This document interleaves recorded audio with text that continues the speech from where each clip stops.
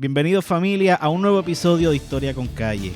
Antes de empezar este episodio quiero pedirte discreción por la naturaleza de los temas que vamos a estar hablando. Son bastante fuertes, incluyendo las descripciones de ciertos tipos de asesinatos. Antes de empezar la clase, pues obviamente quiero darle las gracias a todos los que se conectan al super chat de la Premier, que aportan algo, siempre comentan, me escriben que les gusta el proyecto y yo pues estoy muy agradecido con ustedes. También recuerda que si te quieres anunciar aquí en GW5, puedes hacerlo comunicándote al 787-221-9530, 787-221-9530 o comunícate con Gaby en info@gw5.com. Recuerda que lo que no se promociona, no se vende. Ahora sí, Rolando, tírame ese intro. Visitante de ambas Américas. The essential facts are these. President Kennedy was murdered in Dallas, Texas. He was shot by a sniper hiding in a building near his parade. Hace ya 73 años, la muerte se posó sobre un cerro en Ponce.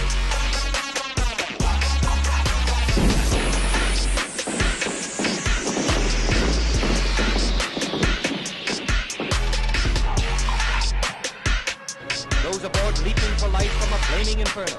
The actual crash of the Hindenburg.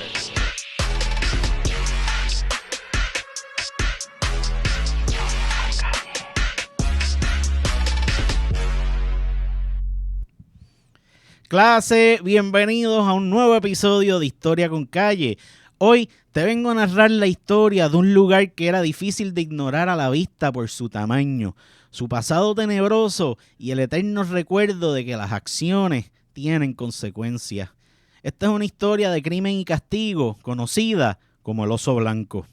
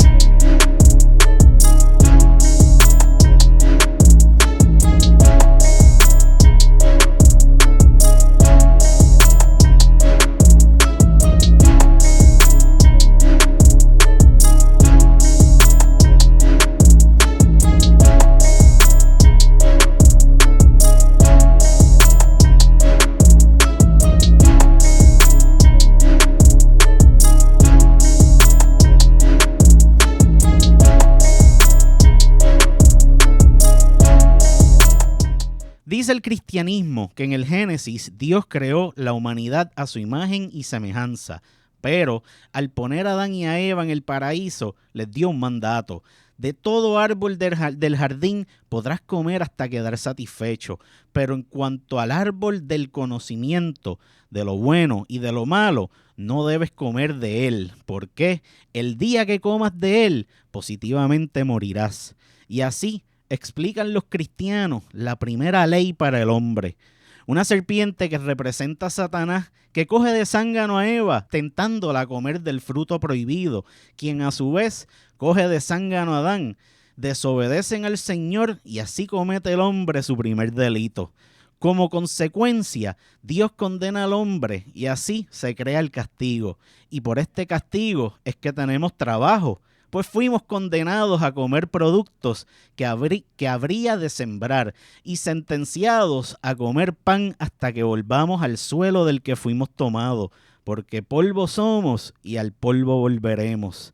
Si con el hombre se ranqueó, con la mujer fue peor, ya que la condenó a parir con dolor a sus hijos y a ser dominada por el hombre. Y así, Adán y Eva reciben una sentencia de por vida, castigo que todavía estamos pagando.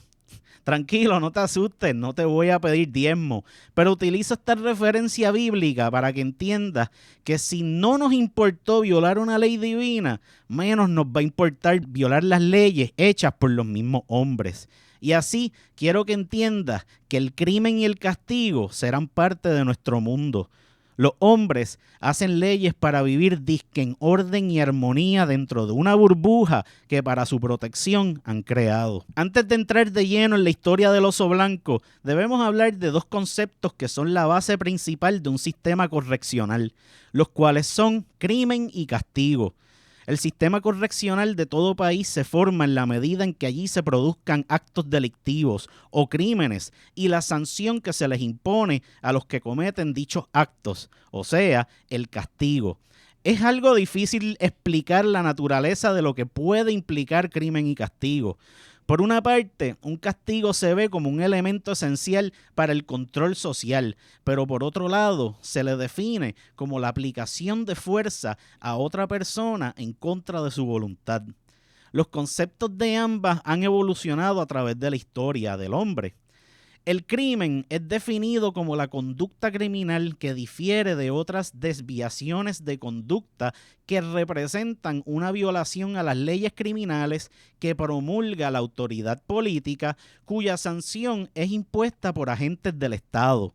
Las causas que motivan al hombre a cometer delitos han sido motivo de teorías a lo largo de la historia, pero la mayoría de estas perdieron validez con la modernidad de los tiempos y los avances en la ciencia.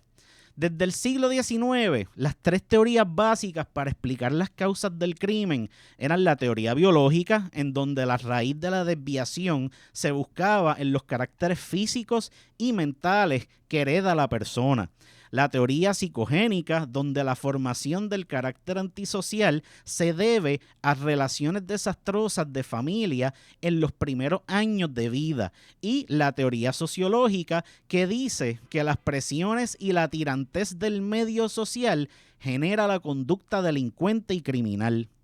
El problema con todas estas teorías es que nada más ofrecen un solo factor causal y por lo tanto no pueden explicar todos los casos ni condiciones reflejadas en la actitud de los distintos tipos de delitos o de los delincuentes. La teoría más moderna es la multifactorial.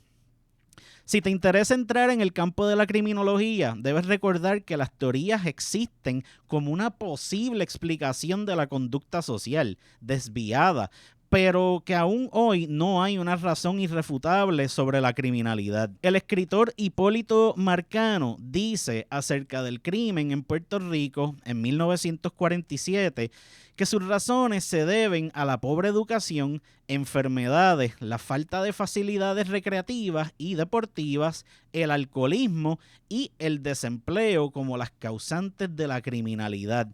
Pero José Colombán Rosario atribuye el crimen a la migración de áreas rurales a las urbanas y afirma que el 75% de los delincuentes sufrieron problemas en su niñez. Ya para el 1967, el Departamento de Justicia declara que las circunstancias del crimen son clima, situación económica, los medios noticiosos, la religiosidad de la comunidad, índice cultural, movilidad poblacional, cantidad de extranjeros en el país, crecimiento de áreas urbanas y metropolitanas, densidad poblacional y crecimiento anual poblacional. En cuanto al castigo, la American Friends Service Committee dice en 1971 que la característica principal del castigo es la aplicación de la fuerza a otra persona contra su propio deseo, siendo el dolor y el malestar el elemento principal en este. El libro Punishment and Responsibility de H.L. Hart define el concepto del castigo en 5 factores. 1. Deberá conocer dolor y otras consecuencias consideradas desagradables. 2. Debe aplicarse como consecuencia de una ofensa hecha contra otra persona. 3. Se debe administrar por otros seres humanos que no sean el ofendido. 4. Se debe administrar por un sistema legal contra el cual fue cometida la ofensa. Y 5. La aplicación del castigo. Las aplicaciones de castigo han pasado por muchas etapas, desde lo primitivo hasta el presente. En la época de la venganza, si alguien era agraviado por otra, ésta o su familia tomaban la justicia en sus propias manos. O sea, el famoso ojo por ojo, diente por diente. Para la etapa de la retribución, cambiamos la venganza por los tribunales, donde el juez tomaba la decisión en cuanto al tipo de castigo y la magnitud de la ofensa. La retribución intentaba balancear la causa con la pena. En la etapa de la disuasión, el gobierno asume la responsabilidad del castigo y aplica la ley en numerosas maneras de infligir castigo corporal, siendo la más corriente la flagelación, o sea, los famosos latigazos. Un castigo corporal que lograba el que el hombre no pudiera robar, trabajar y en ocasiones hasta morir por los golpes recibidos. Otras formas de castigo eran la mutilación, que te picaban algún canto, o las marcadas, que te marcaban como las reses, las vacas, para que sirvieras de ejemplo al público y motivaras a otros a no cometer delitos. Pero aún picándole la mano al ladrón, el crimen continuó como si nada. En la época del confinamiento, para el 1800, nos trae la penitenciaría, y como su nombre te debe dejar entender, su propósito era la penitencia, donde se te retenía fuera de la sociedad haciendo imposible el que siguieras cometiendo delitos, y así se protegía a la sociedad de actos criminales. Cherry Hill fue el nombre de la primera institución construida con ese propósito en los Estados Unidos para 1829. Por años se mantenía al confinado encerrado, aislado y sin hablar bajo el sistema del silencio. El delincuente era sometido a castigos abusivos. Un ejemplo de esto fue una legendaria prisión llamada la Isla del Diablo, que sirvió de campamento francés para prisioneros. Con el tiempo, cambiamos el confinamiento por la rehabilitación al individuo, con la intención de devolverlo a la comunidad como un ser útil. Se desaparece la golpiza, el silencio y los trabajos forzados. Estar confinado es un castigo, y no es necesario atormentar delincuentes en prisión con la intención de que purgaran sus culpas. La realidad, ese cambio entre confinamiento por penitencia al confinamiento para rehabilitar al individuo está colgando de un hilo.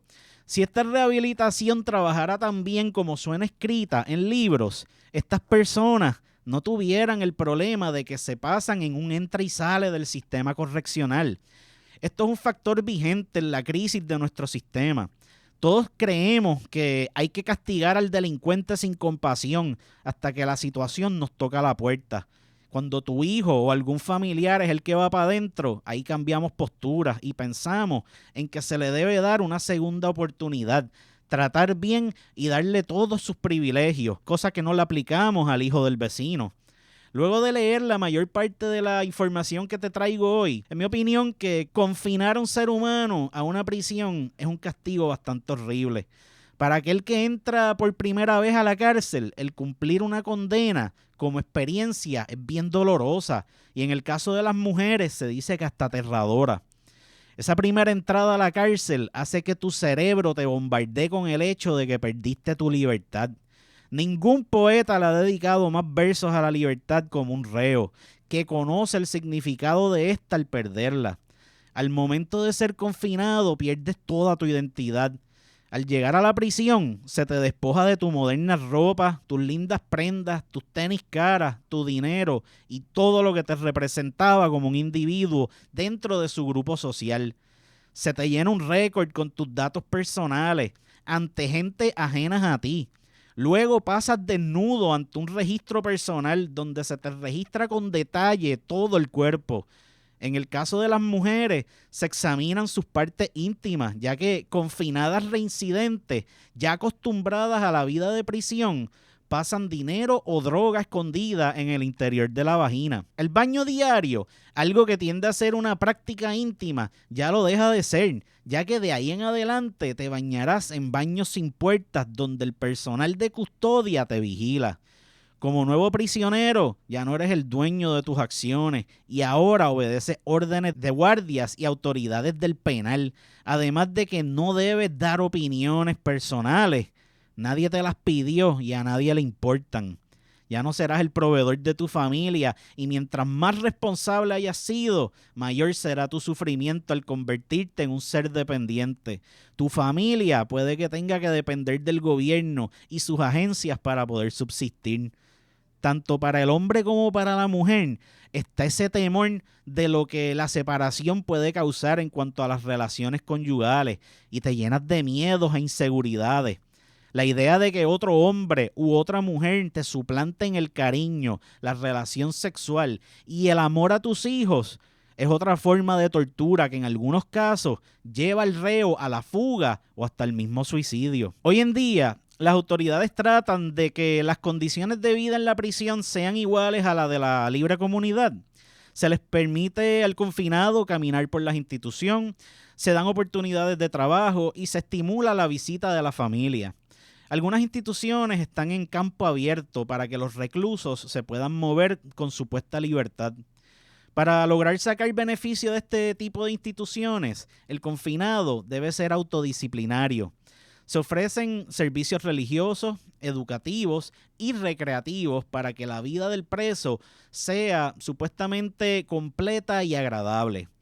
A 5 o 6 meses de cumplir tu condena, debes vivir en el hogar de adaptación, donde el confinado convive en comunidad con otros ciudadanos. Está obligado a conseguir trabajo y tiene que participar en las actividades regulares de la comunidad. Según la teoría sociológica, así como la sociedad es causante de que seas un criminal, la misma debe proveer los medios para rehabilitar delincuentes en la comunidad, bajo supervisión del personal como oficiales de libertad bajo palabra o libertad a prueba. Pero esto suena más bonito de lo que en realidad ocurre. Puerto Rico no trabaja así este tratamiento social. Lo que tenemos en realidad es un ambiente de terror creado en nuestras comunidades debido al débil control de prisiones, las constantes fugas, asaltos a mano armada, crímenes y asesinatos continuos. Lo que crean es temor en la ciudadanía. Además, no es fácil para muchos aceptar vivir junto a una persona en comunidad que se le conozca por asesino o ladrón. La Penitenciaría Estatal de Puerto Rico, comúnmente conocida como el Oso Blanco, fue construida por el contratista Antonio Higuera en 1927 y abre sus puertas oficialmente en 1933. Y es la primera prisión en la isla que incorpora la idea de rehabilitar al confinado. Las tierras donde se ubicaba la penitenciaría pertenecían a la Hacienda Landró y tenía una extensión de 200 cuerdas de terreno, cuyos vecinos eran el Hospital Psiquiátrico y el Sanatorio Insular de Tuberculosis, que hoy lo conocemos como Centro Médico. En esta época, las autoridades construían instalaciones para lidiar con los 3 grandes problemas de la época, que eran la tuberculosis, la salud mental y el hacinamiento penal. La misma sociedad que reclamaba estos servicios estaba opuesta a la ubicación de las mismas, ya que les resultaba amenazante a sus vidas. En medio de este verde establecen la cárcel, el sanatorio y el manicomio, con la excusa de reformar y rehabilitar. Pero se considera que esto era un tipo de marginación disfrazado bajo la idea de facilidades de servicios. Estas instituciones albergaban a los enfermos de la sociedad a las afueras del centro urbano de Río Piedras para que no representaran ningún tipo de peligro a los ciudadanos. Era un edificio de forma rectangular de 4 pisos en concreto armado, con un patio interior grande y esto al estilo Art Deco. La propiedad estaba localizada en Monacillo y la podías ver en el noroeste por el Expreso Las Américas, PR 18, al norte por la PR 21 y al este la podías ver por la PR 1. y en el oeste encontraba su entrada un pórtico simétrico en diseño y de monumental carácter. Era una mezcla masiva de concreto armado junto con un intento extraño de embellecimiento al utilizar losas de cerámica y terracota en áreas selectas. Zapatas, muros y pisos construidas en concreto armado con terminados en yeso de cemento liso. Las fachadas se dividían en bahías verticales de 24 por 35, con ventanas que reflejaban la distribución de las celdas interiores de la prisión. Daba la impresión al entrar de que estabas en una fortaleza medieval. Al construirse, se suponía que fuera prueba de todo intento de fuga, ya fuera de adentro hacia afuera o de afuera hacia adentro. El edificio era una secuencia de espacios arquitectónicos y de sensaciones. Una entrada ancha con arcos descansando entre 4 columnas recibían al confinado, que se encontraba 2 figuras en terracota representando a la ley y a la justicia. Para muchos, esta era la entrada al infierno en la tierra. Tu estadía aquí comenzaba al momento de ver un panel entre las 2 figuras que leía «Odia el delito y compadece al delincuente». En otra época, las cárceles en Puerto Rico eran de mampostería y estos edificios, como quiera, habían sido construidos con otros propósitos. Ejemplo de esto es la cárcel de la Princesa, que se construyó como arsenal, o la cárcel de la Parada 18, la cual hoy es el Archivo General de Puerto Rico, que fue diseñada para servir como hospital. El Oso Blanco es la primera estructura diseñada en la isla para cumplir con las funciones penales. En el primer nivel de la cárcel estaban las oficinas ejecutivas y talleres de trabajo. Ya en el segundo nivel estaban las celdas, el hospital y salones de clase. El tercer y cuarto nivel habían más celdas y galeras de prisioneros. Los niveles tenían acceso por medio de 8 escaleras, de las que 4 se encontraban al centro del patio y las demás en las esquinas del edificio.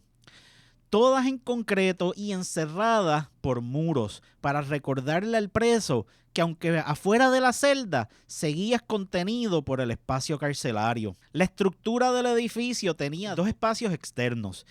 Primero estaba el externo, que es una pared básica en el exterior del edificio, y el externo interno, que era un cuadrángulo interior que recoge celdas y espacios comunes. Los espacios del primer nivel, en la mitad estaban los servicios administrativos, área de visita, trabajadores sociales, y eran áreas donde el preso no tiene libre acceso. Pero en la otra mitad se encontraba el comedor, que era dividido en el centro por el área a servir alimentos, creando 2 grandes salones en un solo espacio. De esta manera, la actividad en el comedor era más eficiente y rápida. Detrás del comedor estaba la cocina y las áreas de almacenaje de alimentos. El segundo nivel contaba con el hospital, que era bastante amplio, y sus únicas divisiones eran las camas. Todo servicio relacionado con la salud del reo, como médicos, psiquiatras y terapeutas, se encontraban en este nivel. El resto del nivel estaba compuesto por celdas de mínima seguridad y salones de clase. Ya el tercer y cuarto nivel eran las celdas. La celda común es de 9 por 6, siendo aún más pequeña que una habitación típica residencial. El estar aquí te da la sensación que el espacio es de opresión. Solo había una ventana y la cuarta pared, que es el paño de rejas que da hacia el pasillo. Dentro del módulo, el recluso vivía con una pequeña cama y un inodoro donde en ocasiones llegaron a albergar hasta 4 personas por celda debido a la sobrepoblación. El espacio propio del confinado era mínimo, a menos que estuvieras en máxima seguridad, donde se suponía que tuvieras tu propia celda. El aseo de estos espacios requería atención continua, ya que eran quebrantadas a cada rato durante los registros de los guardias penales, quienes en su afán por encontrar drogas o armas clandestinas destruían y maltrataban los pocos artículos personales de estos hombres. Al año de comenzar operaciones, se ofrecía educación vocacional en la penitenciaría, incluyendo talleres de trabajo en fotografía, carpintería, barbería, laundry, mecánica, electricidad, plomería, imprenta, confección de sombreros, manufactura de escobas y brochas y ropa. También empezaron a sembrar en la tierra, pero la primera cosecha fue arruinada por el huracán San Ciprián. Luego del huracán, se sembraron en varias cuerdas de terreno una pequeña cosecha de caña, frutas y vegetales. Al año, abrió un taller para hacer juguetes con considerable éxito en ventas y con la llegada del automóvil se empezaron a hacer tablillas.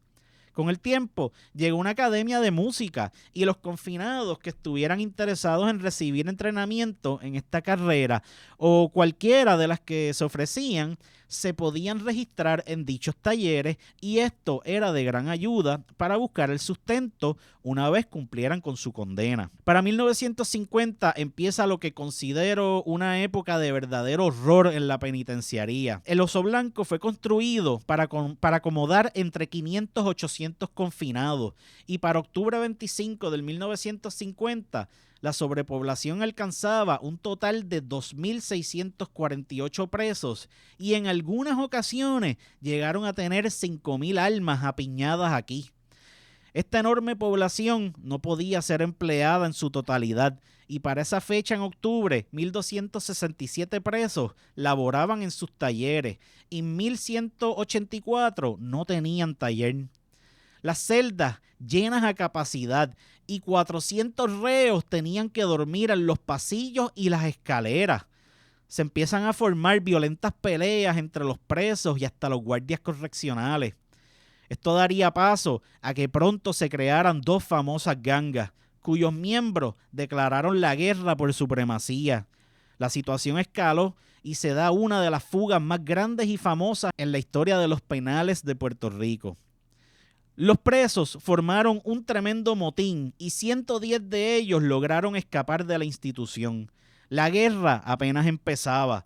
Cientos de confinados murieron a consecuencia de esta batalla por control, incluyendo el que muchos fueron descuartizados. Las gangas a veces le metían cantos de carne humana al menú del día en las cocinas y le advertían a los miembros pertenecientes el no comer ese día. Edminio Marín Pagán, convicto por asesinar un oficial de la policía en una revuelta protagonizada por los nacionalistas, describía tembloroso algunas de las memorias durante su estadía de 6 años en el Oso Blanco. Aquello era el infierno. Tú esperabas ser asesinado allí. Las historias de horror del oso pudieran ser dignas de una serie de Netflix. En el documental Oso Blanco, White Bear, Prison, Río Piedra, don Ángel Jíbaro Feliciano narra sus vivencias en aquellos tiempos de horror. Confinado desde 1957, habla de lo triste que era llegar a aquella cárcel. Al llegar, eras recibido con el cántico carne nueva. Y si tú no peleabas ese primer día y te dabas a respetar, los confinados te podían utilizar como mujer. En las celdas, de momento te podían agarrar entre 2 o 3 presos, te quitaban la ropa, te tiraban en contra de la cama, mientras otros reos velaban el que los guardias no vinieran. Y ahí mismo te comenzaban a violar. Y mientras te iban violando, algunos otros reos se podían masturbar mirando aquella escena de horror. Esto trajo más muerte y guerra, ya que algunos de los que eran violados iban uno a uno matando a todo el que de esta actividad participara. Existe el cuento de un hombre llamado Tony Iglesias, quien sufría unas golpizas terribles porque era bajito. El hombre empezó a memorizar las caras de todos los que abusaron de él y logró conseguir información personal de estos por medio de un oficial de corrección. Una vez cumple su condena y mientras iban saliendo los agresores, él los iba apuntando en una lista y empezó a vestirse y maquillarse como mujer para poder cazar a estos exconfinados. Los encontraba y los seducía. Estos hombres se montaban en un Cadillac que pertenecía a Tony, pensando que tendrían relaciones sexuales. Tony los llevaba a lugares aislados, los ataba de manos y les pegaba un tiro en la cabeza a quemarropa. Luego, marcaba los pechos de aquellos cadáveres con una nota que decía, muere por abusador. y así mató a 25 hombres. En el mismo documental, don Larry Maldonado, un pilar de la Asociación Nieta, quien vivió 28 años confinados en el Oso Blanco, hace el cuento de que un día llegaron 2 convictos nuevos, quienes eran jovencitos. Empiezan unos reos a reclamar a los jóvenes y de momento sale un confinado y dice: esos 2 son mis hijos, ¿me los compras o te los quito? Y vendió a sus propios hijos por 2 cartones de cigarrillos. Llegan los muchachos a saludar a su padre, quien andaba con 14 confinados. Empiezan a vacilar con los muchachos, los ponen a fumar y de momento se llevan a los jóvenes para el área de las duchas. Comenzaron a violarlos. Empezaba uno y venía el próximo, y así sucesivo hasta que terminó el último. Y ahí dejaron estos jóvenes, botando sangre y excreta del daño que les hicieron. Uno de los muchachos sale corriendo malherido y llega hasta su celda, donde coge sus sábanas y se ahorca. Francis Santiago, capitán de forense y proyecto cámaras de seguridad del Departamento de Corrección y Rehabilitación, narra el asesinato de un confinado en las guerras de las gangas, que fue acorralado en una de las viviendas, lo matan, lo descuartizan y dejan sus partes regadas por toda la vivienda. Los reos luego se llevaron la cabeza del muerto para el patio y empezaron a jugar fútbol con la cabeza. Al volver a las viviendas se queda la pelota en la cancha y uno de los confinados empieza a gritar: «Gobierno, mira la pelota, tráemela, que la necesitamos para mañana, que no se vaya a perder o que los de la otra ganga se la lleven». El oficial correccional va entonces a buscar la supuesta pelota y cuando se acerca se da cuenta de lo que es. El impacto psicológico en ese individuo fue tanto que salió gritando como alma que lleva el diablo por los portones del complejo.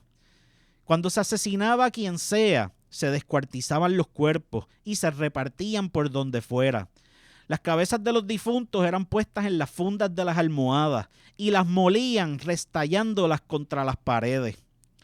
Desde 1973 hasta el momento de clausura del penal, se dice que al menos 63 personas, las cuales se duda se fueran en una fuga, nunca más aparecieron. Se piensa que todos murieron de maneras horribles y descuartizados. El proceso de descuartizar era bastante bien pensado. Al momento de asesinar a quien sea, colocaban el cadáver en el piso y empezaban a caminar por encima de todo el cuerpo hasta que el tejido blando se despega del hueso. Esto luego se flochaba por los inodoros sin dejar huellas. Los huesos eran colocados en fundas de almohada y eran restallados contra la pared hasta que estuvieran de un tamaño adecuado y también eran flochados por el inodoro. Se dice que estos cuerpos, sin recibir ni tan siquiera una oración o los santos óleos, se convertían en las almas en pena que luego se convertían en las leyendas del Oso Blanco. El líder fundador de la Asociación Nieta, Carlos La Sombra Torres Iriarte, quien decía: «No quiero abrazos con la vida mientras mi patria no sea libre», era famoso por pelear con todos los guardias. Algunas historias narran cómo este hombre se comparaba con figuras como Pedro Albizu Campos y hasta el Che Guevara. En momentos de furia era famoso por gritar: «Nieta, Puerto Rico tiene que ser libre». La Asociación Nieta o Asociación Pro Derechos de los Confinados tenía una serie de mandatos escritos por el mismo Carlos La Sombra. Y entre estos estaba: lucha, comparte y vive en armonía. No matarás por contrato, no robarás y no matarás por abuso. Así nace el grito de honor de un guerrero humilde, el grito Nieta.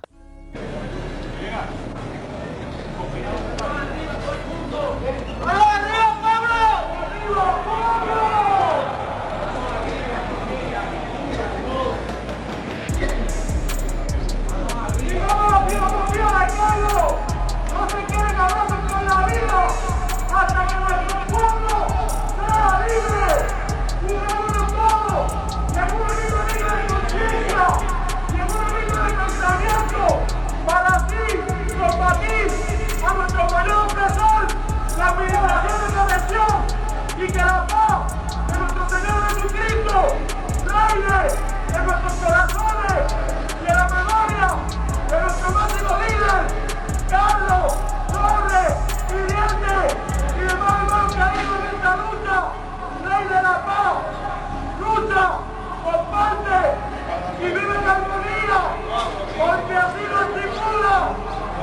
nuestra filosofía.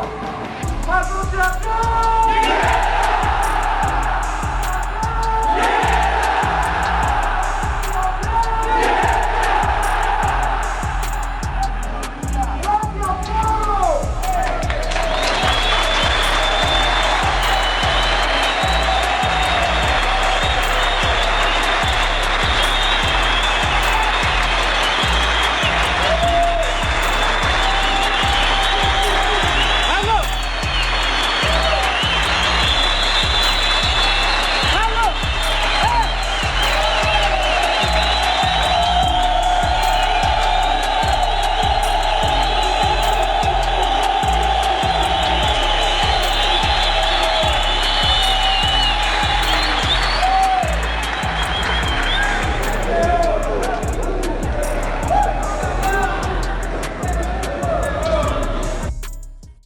Con Sombra al mando, empieza la unificación de la ganga al son del grito de Sombra.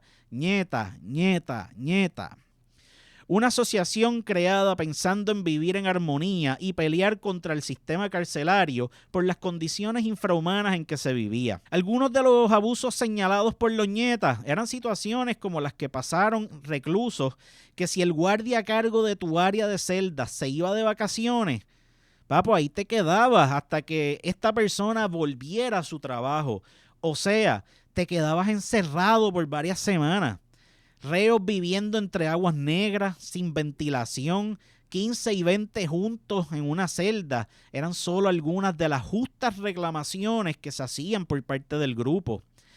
Ellos reclamaban que esto era lo que causaba tanta violencia y los hacía actuar como animales rabiosos.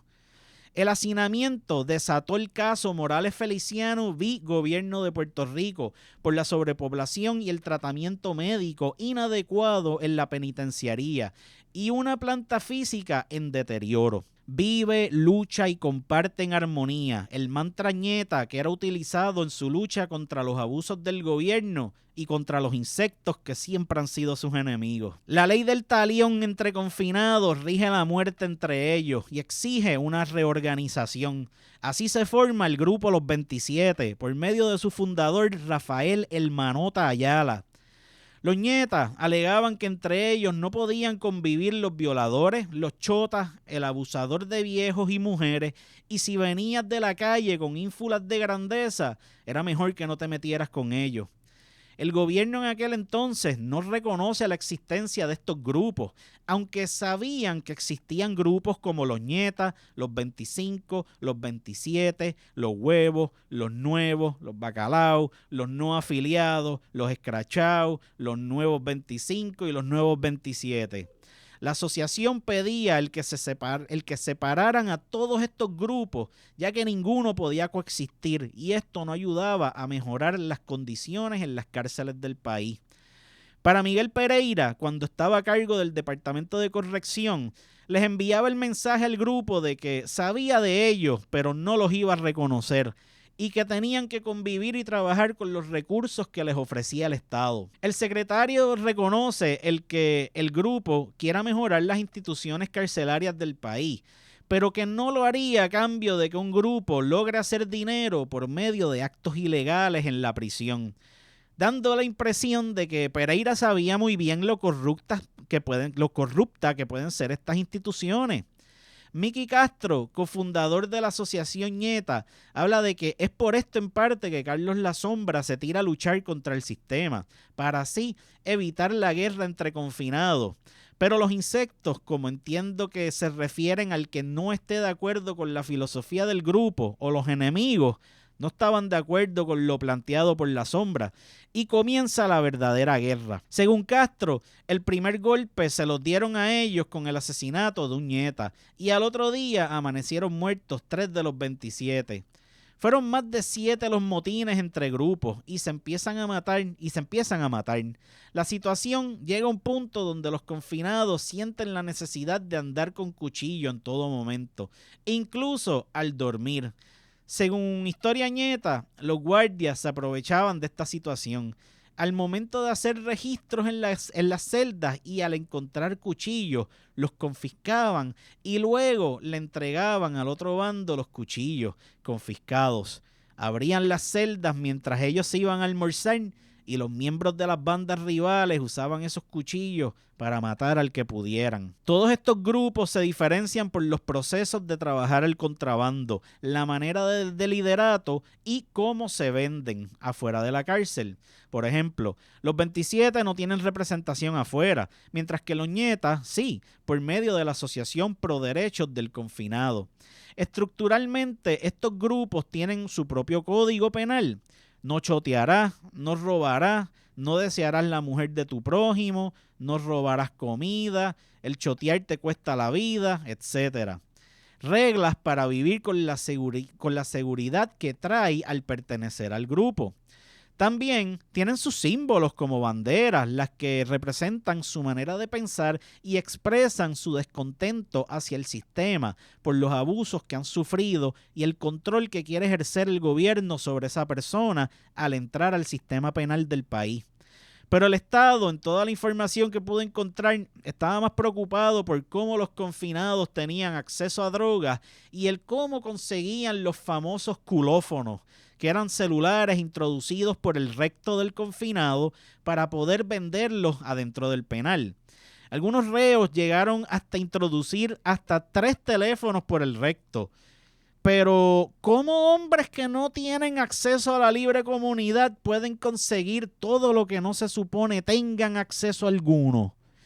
Era más fácil acusar al confinado que mirar hacia la corrupción.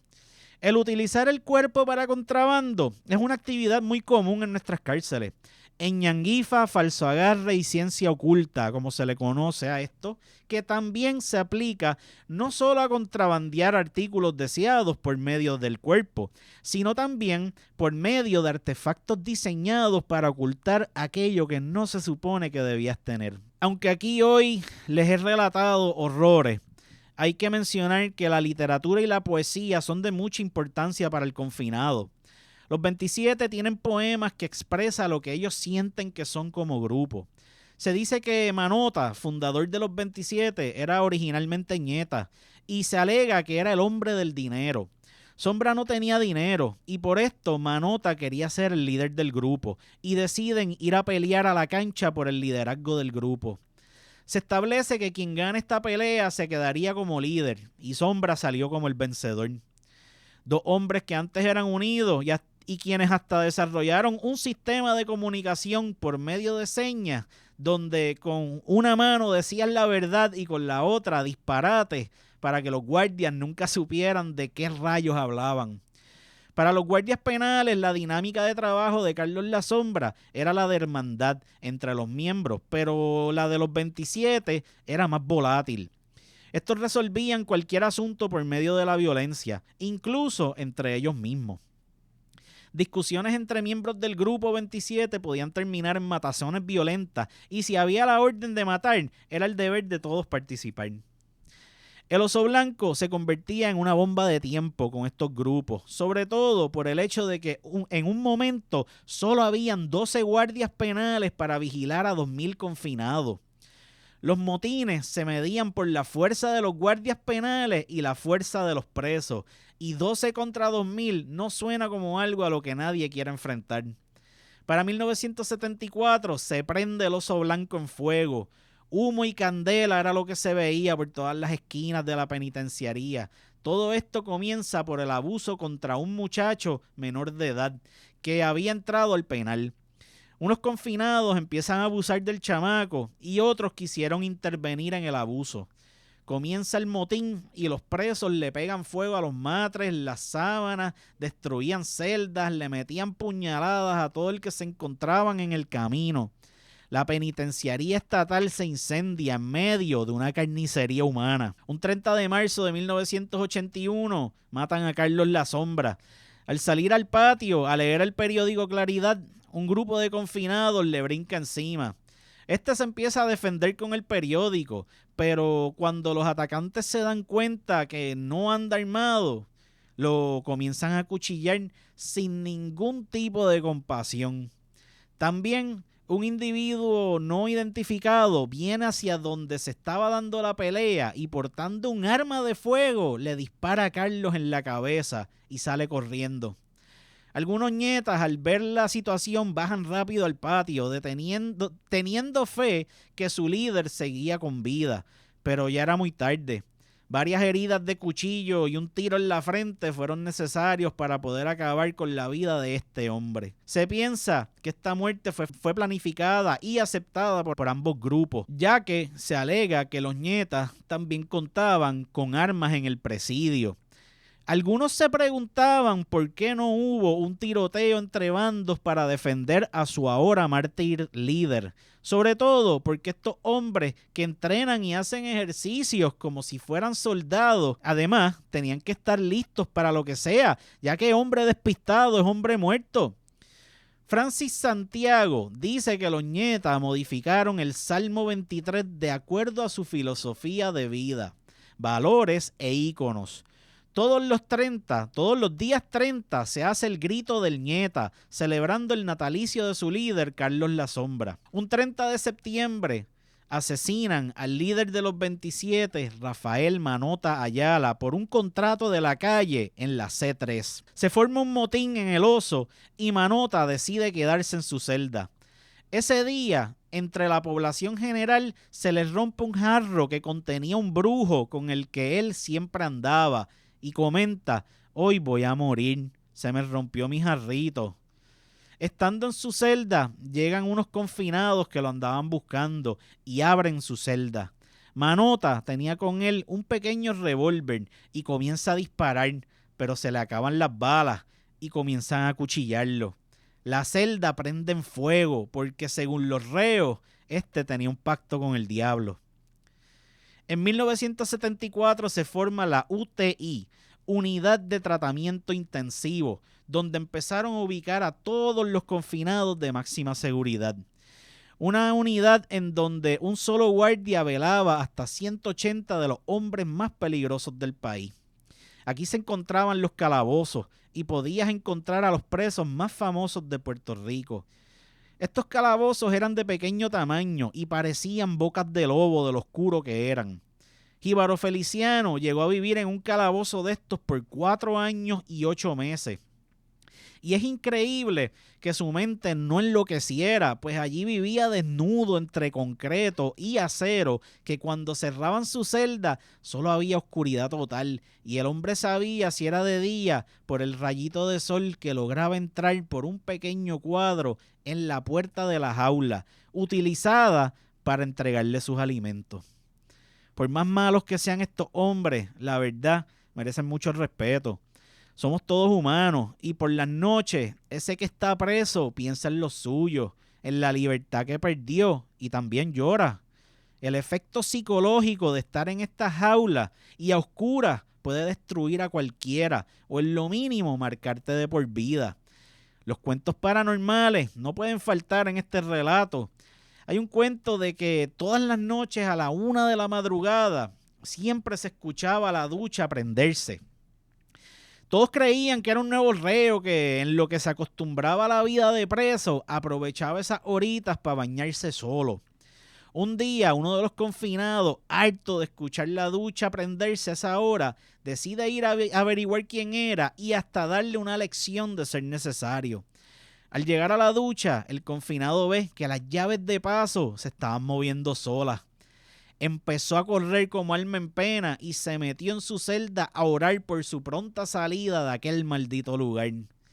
Existen relatos de confinados que reportan haber oído celdas cerrando solas, gritos, se han visto luces extrañas, se escuchaban inodoros flochando solos, cadenas, a través de los pasillos se escuchaban gritos, almas de confinados caminando por los pasillos, sobre todo en el sector D4, que fue centro de múltiples asesinatos. El Oso Blanco estaba en el Registro Nacional de Lugares Históricos y la realidad, su apodo, Oso Blanco, se debe a la marca de cemento de ese mismo nombre que se utilizó para construirlo y no como muchos piensan por su tamaño y color. Pero no todos los cuentos de este notorio lugar son de horror. En 1974 hubo una pelea de exhibición entre la leyenda del boxeo Muhammad Ali, quien guanteó con un confinado, mientras Iri Chacón hacía el papel de referí. En el 2002, el maestro Bobby Valentín celebró un especial de sus 35 años en el Oso Blanco, donde vestido con uniforme de confinado y saliendo con esposas, desde una de las celdas llegó hasta la tarima y allí dieron un espectáculo de respeto con la participación de músicos de talla mundial como Giovanni Hidalgo, Luigi Texidor, Marvin Santiago, Cheo Feliciano, Wichi Camacho, Charlie Aponte, Rubén Blades, Papo Luca y Roberto Roena. Julio Voltio en el 2010 se presentó en el Oso Blanco junto a su banda, que estaban vestidos en un tipo de uniforme de preso. Y Julio tenía una camisa que decía "Pa'l pueblo" y otra con el mensaje "Libertad". Y contó con la participación de Andy Montañez. Si los motines en el Oso Blanco son dignos de lectura, sus fugas no se quedan atrás.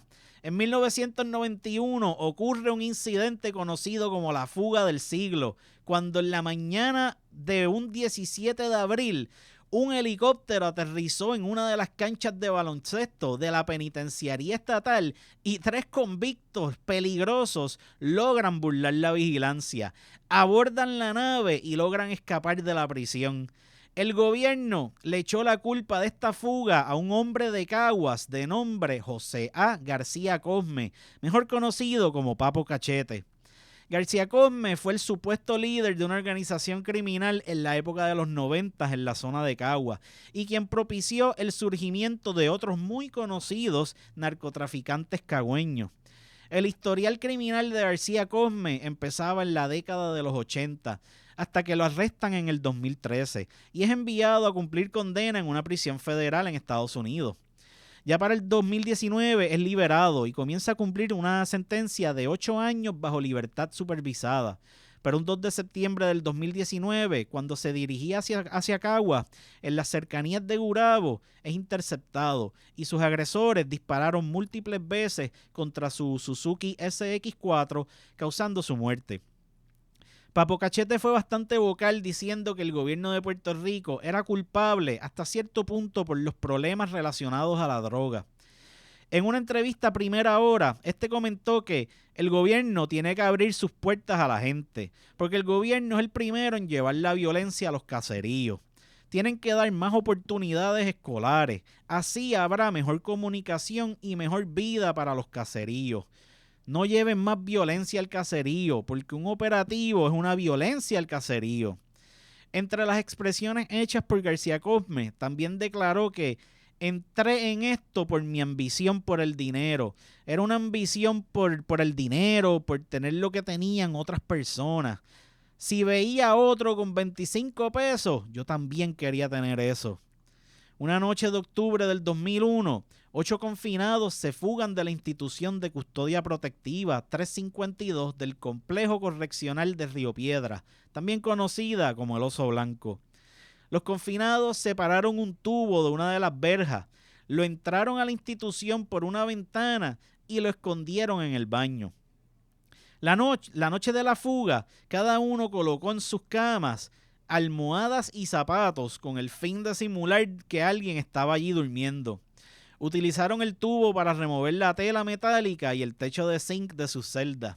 Esto les permitió acceso al techo del complejo y desde allí se desplazaron por la azotea de un edificio contiguo al penal. Cruzaron corriendo un estacionamiento, llegaron hasta una quebrada cercana y se fugaron. Antes de continuar con la historia del famoso presidio, les haré un breve recuento de la historia del sistema correccional de Puerto Rico. Cuando los españoles nos gobernaban, las instituciones penales se administraban y supervisaban por la Junta de Gobierno de Cárceles. Sus orígenes, sin embargo, se pueden trazar desde el 25 de noviembre de 1857. El artículo 45 menciona la gracia, justicia y gobernación, un decreto del gobernador general Macías que informa como parte de los deberes del Departamento de Justicia que hay unos asuntos relacionados a la secretaría que atiende a las prisiones, su organización interna y los funcionarios que debían integrarla. La Secretaría debía llevar la dirección de las cárceles, señalar lugares de corrección, nombrar alcaides, trabajar las cuentas de presidios, libertad de confinados, etc. Este puesto se le da a Luis Muñoz Rivera y el puesto de subsecretario a José de Diego Martínez. La realidad, esto no duró mucho. El régimen constitucional autonómico se acabó cuando las tropas del general Nelson A. Miles desembarcaron en Guánica un 25 de julio de 1898 debido a la guerra hispanoamericana. Con el cese de hostilidades comienza el régimen militar de Estados Unidos en Puerto Rico. El general John R. Book nombra a Juan Hernández López como secretario de Justicia y se crea la Orden General número 12 del 6 de febrero de 1899, que crea el Departamento de Justicia en lugar de la Secretaría de Justicia. Para 1902 se aprueban un código penal para Puerto Rico y se comete el gran error de traducir el Código Penal de California para aplicarlo a Puerto Rico. Reemplazamos un código penal superior que regía en España por uno mucho más inferior y para colmo mal traducido al español. Esto cambia para 1946 con la aprobación de una legislación que incluye una ley de probatoria, un sistema de libertad bajo palabra, la creación de la División de Corrección dentro del Departamento de Justicia y la Corporación de Industrias de Prisiones. Además, esto trajo la organización del personal para la División de Corrección, programas educativos y vocacionales para la población penal, un plan de mejoras a largo plazo que incluían 5 campamentos de mínima custodia, industrias de prisioneros para darle empleos a 300 empleados para manufacturar artículos necesarios para el gobierno de Puerto Rico. Una institución para jóvenes delincuentes, una institución separada para mujeres, reemplazar las cárceles de distrito, abolir cárceles municipales y remodelar la penitenciaría estatal. Al principio, la mayoría de estos campamentos recibían traslados desde la penitenciaría estatal. Los reclusos de custodia mínima que dedicaban su tiempo a la agricultura así ayudaban a mejorar la calidad del servicio de alimentos en distintas instituciones penales. Estos campamentos cumplían su cometido al proporcionar a estos hombres una vida de prisión con un ambiente menos enclaustrado y te da break a utilizar tu tiempo de preso para producir beneficios tanto para ti como para el resto de la población penal. En 1961, el señor Earl Parker Hanson visita las cárceles del país junto a unos visitantes extranjeros de Tailandia y Corea, que estaban interesados en conocer el sistema carcelario de Puerto Rico.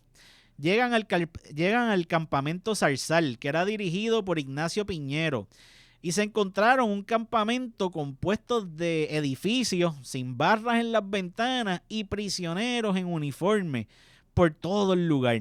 Algunos prisioneros estaban en el campo de béisbol jugando, otros leían, habían unos en mesa jugando dominó, gente parada haciendo nada o hablando.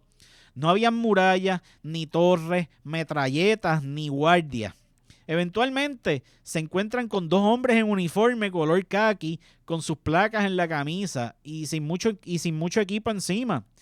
En San Juan, los policías debían tener sus macanas, esposas y revólver consigo en todo momento.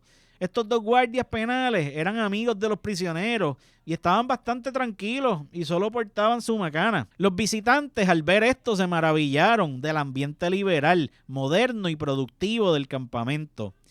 Ya para 1964, el gobierno comete el error de recluir una gran cantidad de drogadictos y los empiezan a tirar en campamentos como el Zarzales, donde se pierde por completo el incentivo agrícola como trabajo para el confinado y decae la producción agrícola en el sistema. Durante 1964 a 1974 enmiendan la Ley 48, conocida como la Ley de Narcóticos de Puerto Rico, para desarrollar programas de tratamiento para adictos a drogas, que podían iniciar en la prisión y continuar en otras facilidades de servicios sociales. Lidia Peña Beltrán, quien fue trabajadora social e hizo una carrera de 30 años en las cárceles de Puerto Rico, narra sus experiencias en el Oso Blanco. Para la época que ésta comienza a trabajar en la penitenciaría estatal, se forma la primera oficina sociopenal del sistema correccional. Había un número reducido de confinados con fama de matones, agresivos y pendencieros, o sea que eran peleones, que tenían gran control sobre el resto de la población. En los pasillos hacían jugadas de miles de dólares y existían los cabos de galera, que ponían el orden en las galeras a la fuerza. Existía un taller de zapatería que tuvo que cerrar ya que se utilizaban herramientas o construían para acuchillar a los rivales. Estos asesinatos se daban cuando estos sabían que el que había que matar estaba en menesteres homosexuales, o sea, teniendo sexo. Ante estos problemas, el alcaide, disciplinario y personal de la guardia ejercían bastante control y sancionaban a aquellos confinados a los que se les podía probar que eran culpables de producir incidentes. Habían confinados que le metían a la cocina y cocinaban comidas especiales que luego vendían a quien tuviera dinero clandestino. Para dejarles saber a los compañeros cuál era el menú especial, si era arroz con pollo, por ejemplo, uno de los confinados pasaba por las celdas cantando como un gallo, así dejándole saber a los demás lo que había en la olla. Esto se hacía a espaldas de los guardias, ya que las órdenes eran el desbaratar cualquier fogón improvisado que encontraran. A los trabajadores sociales les tocó la tarea de abrir expedientes sociales a la población. Se llevan a cabo entrevistas con confinados para conocerlos mejor y poder ayudarlos en su ajuste penal y en sus planes para regresar a la comunidad. Ya para 1948 se empieza a elaborar un plan de vida para la estadía del preso en la institución. La Junta a cargo de esta labor se reunía un día en semana para discutir estos casos. Luego llamaban al confinado para hacerle algunas preguntas y así se le preparaba un programa de vida que incluía custodia, lugar de residencia ya fuera una celda individual o galera, trabajo y si necesitaba mejorar su educación se le asignaba un grupo escolar. Los trabajadores sociales debían dar seguimiento a estos casos y presentar informes de progreso ante la Junta de Clasificación y Tratamiento. Fueron muchas las veces que surgían situaciones que eran graciosas y otras en las que eran tan amargas que todos salían con el pecho apretado. Como el caso de un confinado recién ingresado de nombre Nino, que estaba allí por una primera ofensa. Un hombre de campo, analfabeto, de esos jíbaros de campo que por discusiones, por terreno, agarraban el machete y peleaban con quien sea. Pero en el fondo era una persona buena, tranquila y dedicado a las labores agrícolas bajo el sol. Un día Nino termina en el calabozo con la cabeza rajada. Cuenta el hombre que no sabía por qué el guardia le dio semejante golpe. Él estaba esperando para ir al comedor y estando en la fila se dio cuenta que había dejado fuera de su taquilla, cubículo donde el confinado guarda sus pertenencias, su jabón y su peinilla, y ya que todo lo que esté mal puesto se lo llevan, le fue a pedir permiso al guardia para volver a la galera a buscar sus cositas y regresar a la fila. Nino no sabía cómo se llamaba el guardia y le pregunta al desgraciado que estaba parado detrás el nombre. Este le dice que el guardia se llama Pinocho. Y ahí va el pobre Nino a donde el oficial y le dice: por favor, don Pinocho, ¿usted me permite volver un momento a la galera a recoger mis cosas antes de que se las roben? La contestación del guardia fue levantar la macana y meterle un duro golpe frente a todo el mundo. Nino se sentía indignado porque se dirigió al oficial con respeto y no se explicaba el porqué del golpe. El infeliz hombre no sabía que el guardia en cuestión era apodado por los confinados con el nombre de Pinocho, ya que tenía una enorme nariz. La ignorancia de Nino fue tan grande que hasta le adjudicó el don creyendo hacerlo mejor. Así se pueden burlar algunos confinados de los más ignorantes.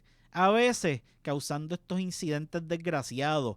Y es por eso que el hombre que llega bueno a prisión, si no se abusa, como dicen adentro, tiene que sufrir estas lecciones y abusos de los demás.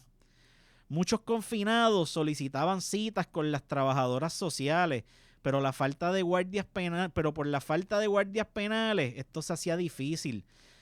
Estos podían comunicarse por medio de cartas informando acerca de sus necesidades, pero las faltas de ortografía hacía que las cartas muchas veces ni se entendieran. Como en una ocasión donde un reo envía una carta a la trabajadora social pidiéndole una cerdita. Se pensaba que el confinado estaba pidiendo una lechona como mascota, pero lo que él en realidad quería era una celda, o sea, una vivienda de un cuarto para él solo. Casos insólitos llegaban a donde doña Peña Beltrán, como el de un confinado que fue acusado de bestialismo por haber realizado actos sexuales con una cabra. Cuando los psiquiatras lo empezaron a analizar, le preguntaron el por qué tomó la decisión de tener sexo con el animal. Y el hombre admitió que fue un trambo que le tiró su vecino. Ese día él pasaba por un charco de agua y vio una pobre cabra ahogándose. Se tiró al agua para salvarla y como la venía empujando hacia la orilla, el vecino creyó que se lo estaba metiendo al animal. El deterioro físico en los edificios y de los equipos se acelera mientras más personas utilizan dicho espacio, en especial los baños, fregaderos, etc. Estos se deterioran rápido o se quedan en malas condiciones cuando no hay mantenimiento inmediato. Es por esto que de lo primero que te puedes dar cuenta al entrar a la cárcel son los malos olores. Añádele las condiciones insanitarias y el ambiente, factores que contribuyen al nivel de tolerancia en cualquier ser humano que viva en esas condiciones. El clima se vuelve uno de malestar, desespero y la convivencia se hace intolerable. Los guardias y el personal solo viven 8 horas diarias en este infierno, pero el confinado lo sufre día y noche. No les debe sorprender el por qué muchas veces el ambiente en prisión es tenso e intolerable. El requisito para ser un oficial de corrección es simplemente tener un bachillerato con concentración en cualquier campo. El tener un bachillerato en lo que sea, no asegura el que tengas conocimientos sobre el comportamiento humano.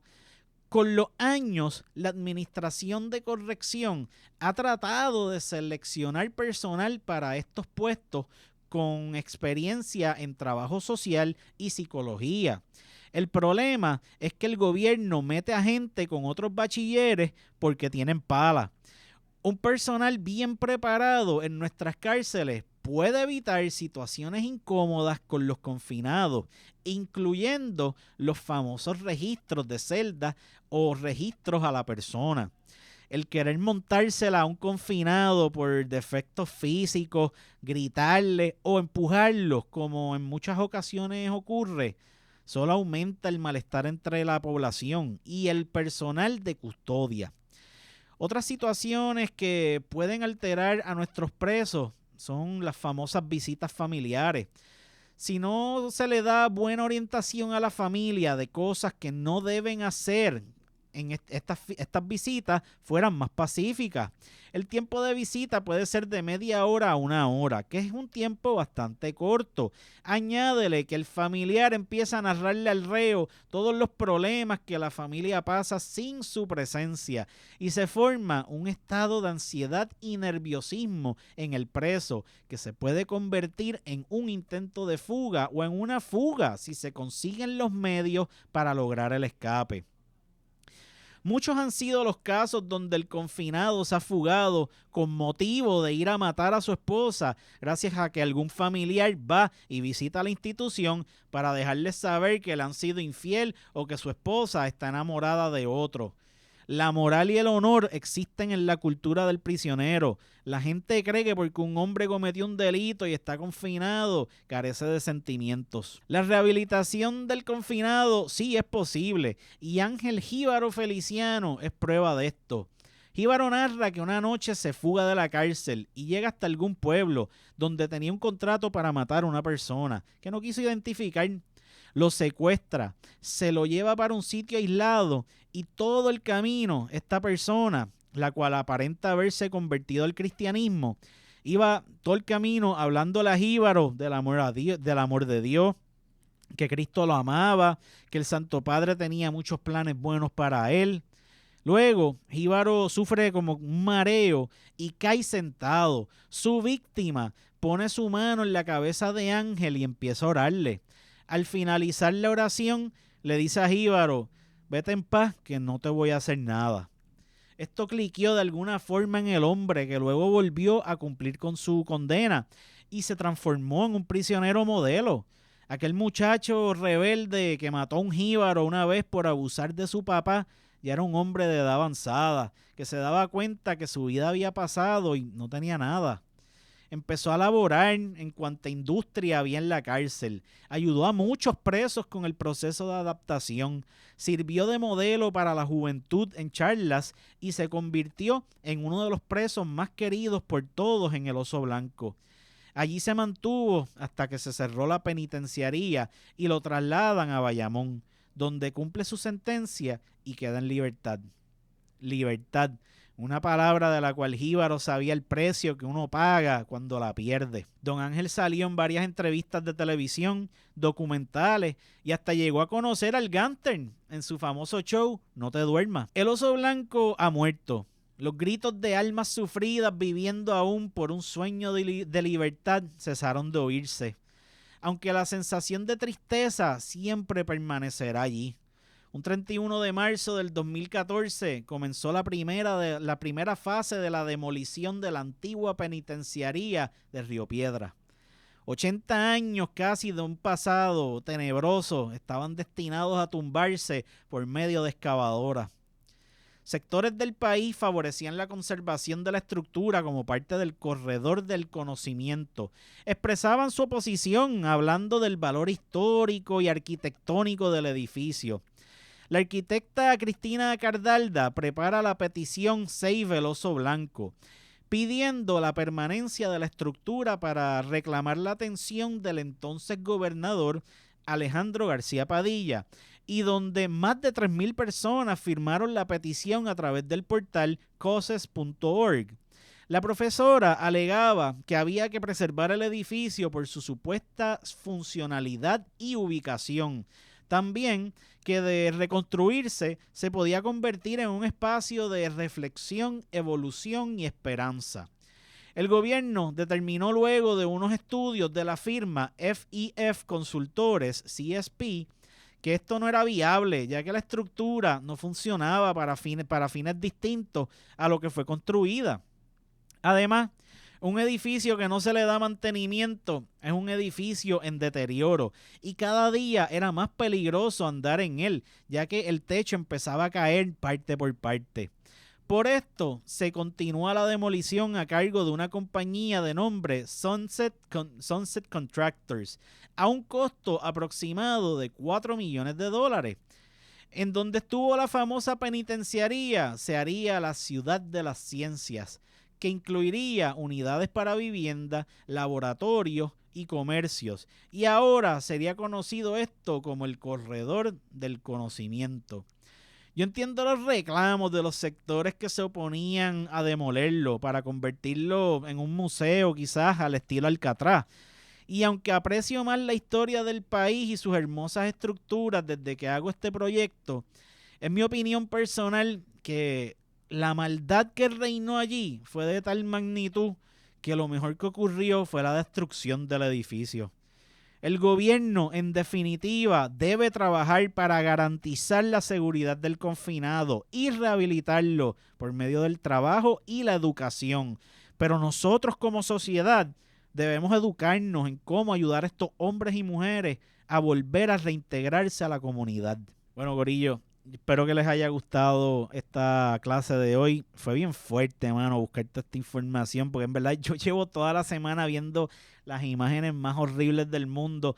No voy a poner imágenes, ¿verdad?, de gente descuartizada, porque, ¿sabes? No quiero que Gaby coja lata por YouTube, ¿verdad? Y además de que habría que poner el video 18 años plus.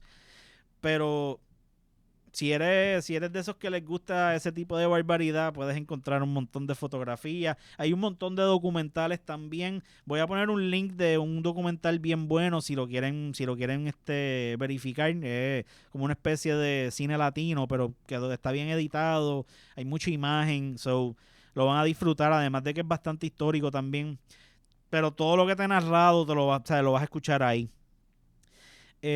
Nada, quiero agradecer primero al Centro de Investigación Social Jesús T. Piñero ¿verdad? En el recinto universitario de Carolina de los sistemas Ana Geméndez, que me ayudaron un montón. Y quiero darle las gracias también al profesor Antonio Tardí Galarza de la Universidad Politécnica de Puerto Rico por ayudarme a encontrar toda esta información.